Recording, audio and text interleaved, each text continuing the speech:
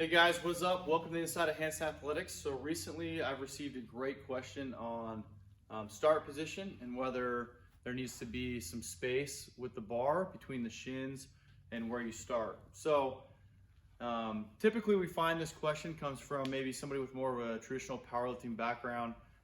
They are used to some cues that are given with the deadlift when you're going for a maximum deadlift, and now they're transitioning into learning how to do power cleans, or any variation of Olympic lifts, snatch and whatnot. So I wanted to put together this video for that question that was recently asked, and it's going to cover a couple aspects of the start position and things that we find are very common when first learning the lifts and trying to understand, how to properly break the bar from the floor and the situation that would set you up for the most potential once you get past the knee to get you into that right power position. So let it be known that a lot of lifts are usually missed from the ground, which you wouldn't think at first. So from the shin, the ground start position to the knee is where a lot of lifts are thrown off, and it doesn't allow the body to properly, or it doesn't allow you to maximize on the body mechanics and create as much power as you could, as well as bar path. So first thing for start position, I did an awesome drawing. As you can tell, I'm an artist. But number one, since that was the specific question, leave space for the bar to travel. So when you're setting up on the bar, you're going to want to think about leaving room between your shin and the bar.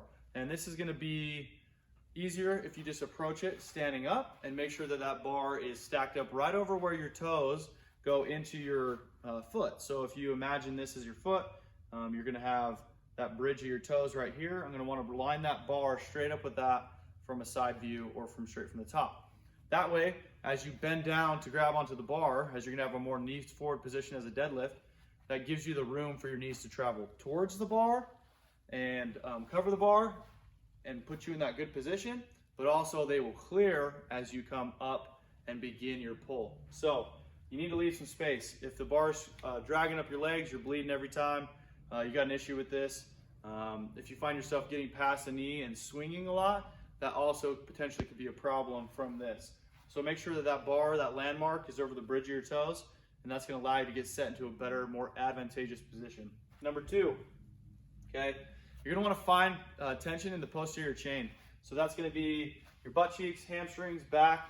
You're going to want to get as much tension as you can before you lift. A lot of times we see people get set, they're loose, and they go to pull on it as quick as they can, and they jerk into position and lose the ideal position to come off the floor. So if you find that your butt is popping up quickly and your chest is staying low and you're getting into more of a hinge position right off the floor, that's going to be something that you might want to address. You're going to want to find a lot of tension and set tight so that as you break the floor with the bar, you're going to maintain, which leads right to this next one, you're going to maintain the angles until the bar reaches the knee.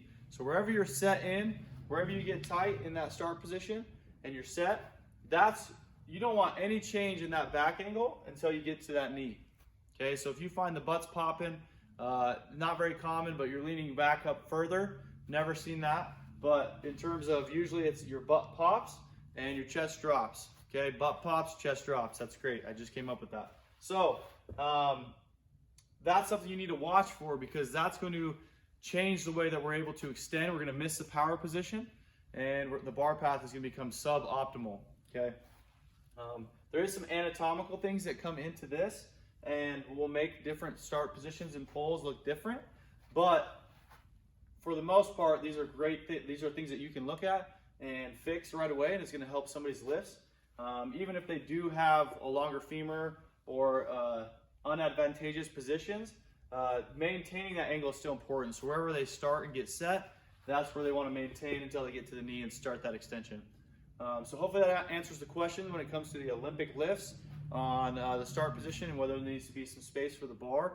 If you have any further questions, send them over. Would love to make more of these. Doesn't have to be specifically for Olympic weightlifting, but enjoy that and have a great day, guys. Thanks.